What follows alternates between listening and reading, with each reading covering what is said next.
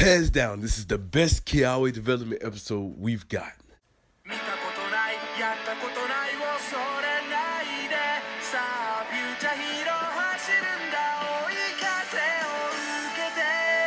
Hello everyone, Treyman1 here. We're back with another Pokémon Sun and Moon anime review, guys. Today we're covering episode 107, Run Kiawe, Surpass Yourself. So let me go to get right into the summary and then my thoughts. The episode begins with Mallow having the others try out some of her foods that she will add to her menu at her cafeteria. And this is where Ash and Kiawe state that they're going to go battle Tapu Fini because Kiawe's been training so hard to basically surpass himself, is what he's saying. And a battle with Tapu Fini will be, basically him fully surpassing himself. Mallow then heads out with Lily and Sophocles because she wants Hapu to try some of the food that she created and see if it's good enough to go and be added to her menu.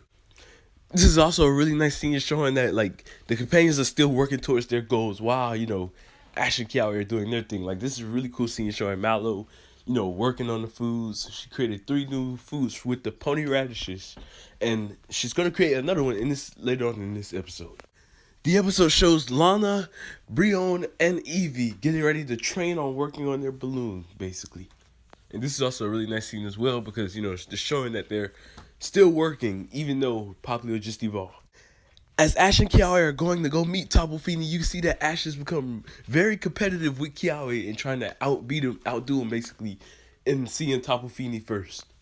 The two then decide whoever touches this rock first is basically the one who battles Tapu Fini first. But they end up tying and decide to have a battle to see who goes against Tapu Fini first and try to bring Tapu Fini out while they battle. We also cut to Lana and Mallow and see what they're doing, with Lana still doing her training and Hapu is basically loving the food that Mallow created.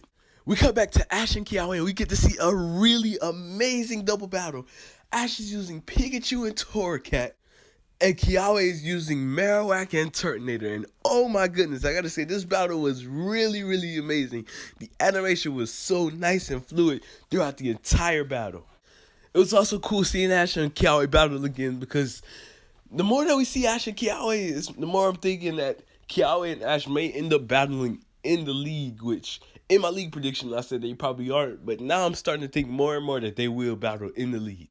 Kiawe uses an amazing strategy to break out of Pikachu's Electro Web using Shell Smash. Basically, Electro Web slows the opponent down, but Shell Smash just raises your speed. So Kiawe basically balanced out his Turtonator speed as well as breaking out of the Electro Web. This was really cool. However, one important thing to note is that this battle is damaging the ruins. For example, Marowak's Boomerang was knocked back by Thunderbolt into basically some of the ruins, and also Torracat was blown back by Flamethrower and crashed into another part of the ruins. It really felt like Ash and Kiawe were even in this battle. And this is the most I think we've seen of a battle between Ash and Kiawe where, it's almost near the end, but Tapu Fini uses his mist to cover up the ruins. Ash, Pikachu, Rotom, and Kiawe's Pokemon, along with Torracat, were caught inside of this, shield that Tapu Fini created and couldn't get out. This is where Tapu Fini, along with Hapu's granddad Spirit, end up showing up and basically telling Kiawe that in order to free his friends, he must collect some scales from Tapu Lele on Akala Island. Now, this is what I really liked about this episode, is that Charizard is the main focus. We get to see more of Kiawe and Charizard throughout this episode. Basically, grow a stronger bond, and we actually get to see some nice flashbacks during these scenes. Also, I want to point out that when we had cut back to Mallow and the others, basically, Mallow had tried out this new recipe, basically, from Hapu's granddad, and Hapu really, really enjoyed it. And she said it's basically just like how her granddad used to make it, which makes Mallow really happy, and she's going to add it to her menu. When Kiawe and Charizard arrive to the ruins of Akala Island, Tapu Lele ends up challenging them to a battle. It was really cool seeing Charizard's other moves being Slash, Fire Punch, and Aerial Ace, but I will talk more about Aerial Ace in just a second. Basically, during the battle, Kiawe almost gets crushed by a few rocks, and Charizard ends up coming to save Kiawe. This is where Charizard is trying to dodge Psybeam, but his wing gets hit. and Charizard and Kiawe are falling down, about to be defeated. We didn't have this really nice moment, and what I believe is the best moment in the episode, where it cuts back to Kiawe riding Charizard with his grandfather, being really young at the time. Basically, his grandfather saying, don't be scared, you gotta be one with Charizard and everything. If you really want to be able to use Charizard, you gotta be one with Charizard. Kiawe does not back down from his grandfather's request about flying down into where the volcano. And just before they fly into the lava, this is where Kiawe's granddad calls out Aerial Ace. And Charizard ends up flying up into the sky, basically showing that to Kiawe that you gotta trust in your Pokemon. You gotta have a good bond and trust with your Pokemon. As Kiawe and Charizard almost hit the ground, Kiawe ends up doing the Aerial Ace strategy and basically, I guess, ends up completing this trial. Tapu Fini hands Kiawe the scales and must hurry back to Ash and the others in time. Hapu's granddad basically ends up questioning Ash about, seeing if he has good trust in his friends or not. Basically saying Kiawe's giving up on you guys, he's not coming back, so you can just go. And yeah, this is where Ash is like, no, Kiawe's not like that. I believe in Kiawe, I know he'll make it back. And him and the Pokemon end up staying, waiting for Kiawe to come back, which is a really nice moment showing how much trust Ash has in his friends. Once Kiawe arrives on Pony Island, Charizard ends up fainting because of how much damage he went through in the battle. And basically Kiawe's like, you've done a lot, thank you, and this is, I can take it from here. We cut back to Mallow and the others one more time, basically, to see them say goodbye to Hapu. Hapu ended up really enjoying their presence, and we kind of get to see that Hapu is lonely, actually. Once Mallow and the others end up leaving, Hapu calls out her Pokemon, saying, oh no, I didn't call you out because I'm lonely or anything, but in reality, she's really lonely and, enjoys the presence of the others, which is really cool to see. Hapu's starting to trust the others as well. Kiawe's running to the ruins. He's falling out. He's out of breath. We get to see Kiawe pushing himself even further and further to try to make it to Ash and his friends before time runs out. He's giving this really nice speech saying that I can do this, I'm not going to give up on Ash and the others. I must be there for my friends. And I just really, really enjoyed this moment. The minute Kiawe gets to Ash and the others, he ends up falling out. And this is where Tapu Fini ends up calling out Charizard. This is where they find out that this was a trial from Tapu Fini to Kiawe, basically to overcome itself, basically.